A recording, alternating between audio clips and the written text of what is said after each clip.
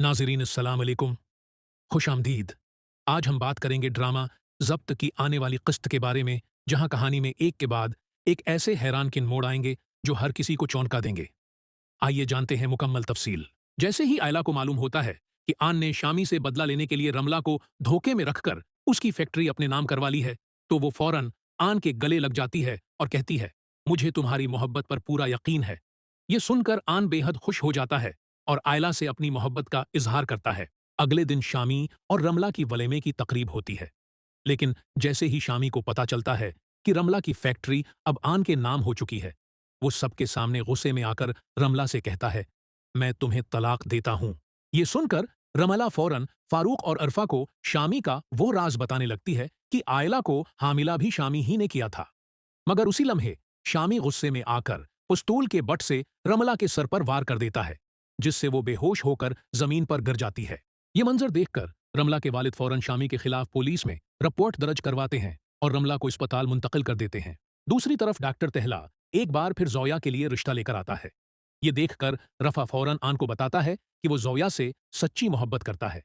उन दोनों की ये बात पीछे से साकब सुन लेता है और जोया से पूछता है, क्या तुम रफा से शादी करना चाहती हो? जोया बला झुझक जवाब देती है, मुझे ये रिश्ता कबूल है। ये सुनते ही साकब फौरन बीजान से बात करता है, जोया और रफा की शादी की तैयारियां शुरू करवा देता है और मौलवी साहब को भी बुला लेता है ताकि निकाह पढ़ाया जा सके। उधर अस्पताल में जब रमला को होश आता है तो वो फौरन पुलिस को अपने साथ लेकर शामी के घर पहुंच जाती है। वहां मौलवी साहब जोया और रफा का निकाह पढ़ा रहे होते हैं। इसी वक्त रमला सबके सामने हकीकत बयान कर देती है कि आयला को हामिला शामी ने किया था।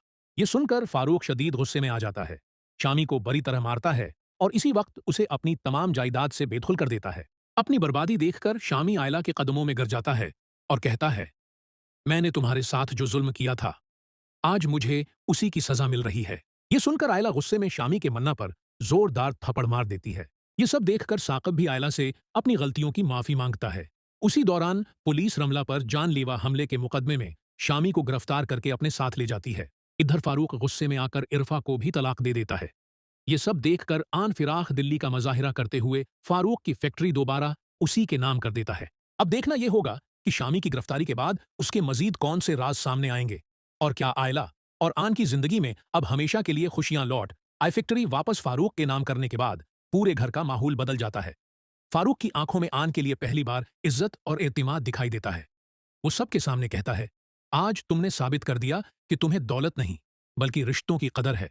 मैंने तुम्हें हमेशा गलत समझा, लेकिन आज अपनी गलती मानता हूं। यह सुनकर आयला भी खुश हो जाती है, जबकि आन खामोशी से सिर्फ इतना कहता है, मुझे सिर्फ अपनी मोहब्बत और अपने खानदान को बचाना था, किसी की जायदाद नहीं चाहिए थी। दूसरी तरफ पुलिस शामी को अदालत में पेश करती है, जहां रमला भी अपना बयान रिकॉर्ड करवाती है। वो अद